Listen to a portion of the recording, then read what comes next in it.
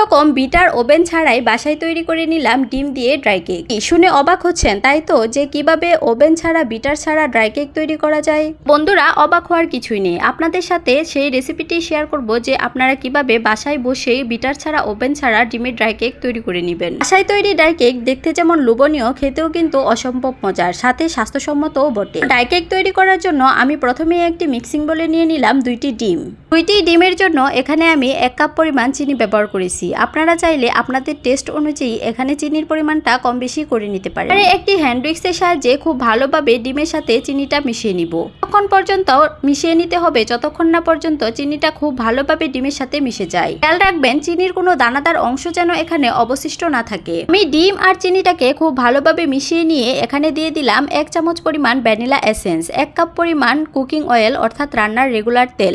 খুব সুন্দর একটা ফ্লেভারের জন্য আমি অ্যাড করে দিলাম 2 চা চামচ ঘি। এটা এখানে একেবারে অপশনাল, আপনারা চাইলে টোটালি স্কিপ করতে পারেন। এই সবগুলো উপকরণ খুব ভালোভাবে একসাথে মিশিয়ে নেওয়ার পালা। আমি একটি হ্যান্ড উইক্স দিয়ে সবগুলো উপকরণ একসাথে ভালোভাবে মিশিয়ে নিয়ে এখানে অ্যাড করে দিলাম 1 কাপ পরিমাণ ময়দা। এখানে 2টি ডিমের জন্য আমার 1 কাপের থেকেও বেশি পরিমাণ ময়দা লাগবে, তবে ময়দাটা আমি এখানে একসাথে ব্যবহার করিনি, এতে করে ডোটা অনেকটা শক্ত হয়ে যেতে পারে। দিলাম 1/2 কাপ পরিমাণ পাউডার মিল্ক, সাথে 1 টিস্পুন পরিমাণ বেকিং পাউডার। পাউডার মিল্কটা অপশনাল, তবে বেকিং পাউডারটা এখানে অবশ্যই আপনাকে ব্যবহার করতে হবে। এবারে হাতের সাহায্যে সবগুলো উপকরণ আমি খুব ভালোভাবে একসাথে মিশিয়ে নিব। যেহেতু ব্যাটারটা পাতলা হয়েছে তাই আমি এখানে আরো কিছু পরিমাণ ময়দা দিয়ে দিয়েছি। এভাবে যতটুকু ময়দা লাগে দিয়ে আমি সুন্দর একটা ব্যাটার তৈরি করে নিব। ব্যাটারটা মোটামুটি এরকম পাতলাই হবে। আপনি যখন হাতে তেল মাখিয়ে ড্রাই কেকের শেপ দিবেন তখন আপনার কেকটা তৈরি করতে তেমন কোনো সমস্যাই হবে না।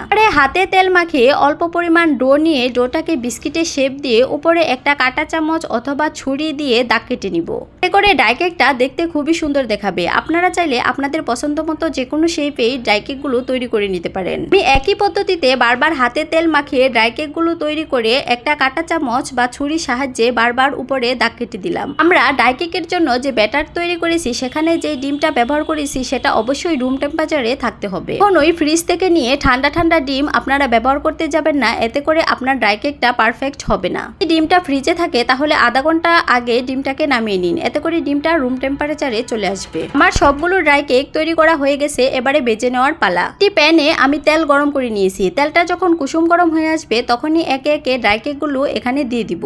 এবারে লো আঁচে ড্রাই কেকগুলোকে সময় নিয়ে বেজে নিতে হবে। তো দেখা যাবে যে ড্রাই কেকটা উপর দিকে ঠিকই হয়ে গেছে, কিন্তু ভিতরটা একেবারে কাঁচা রয়ে গেছে।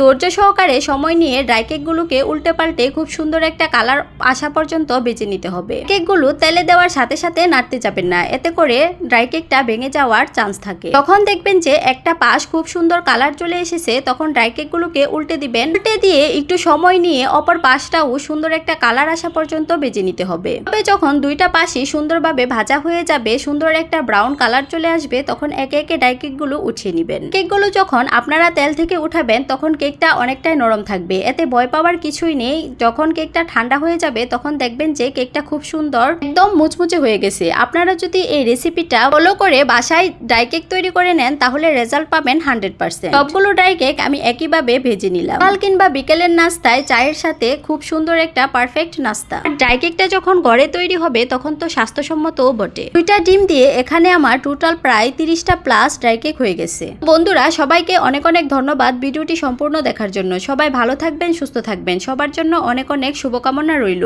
গল্প হবে নতুন আরো একটি ভিডিওতে। সে পর্যন্ত সবাই ভালো থাকুন। আল্লাহ হাফেজ।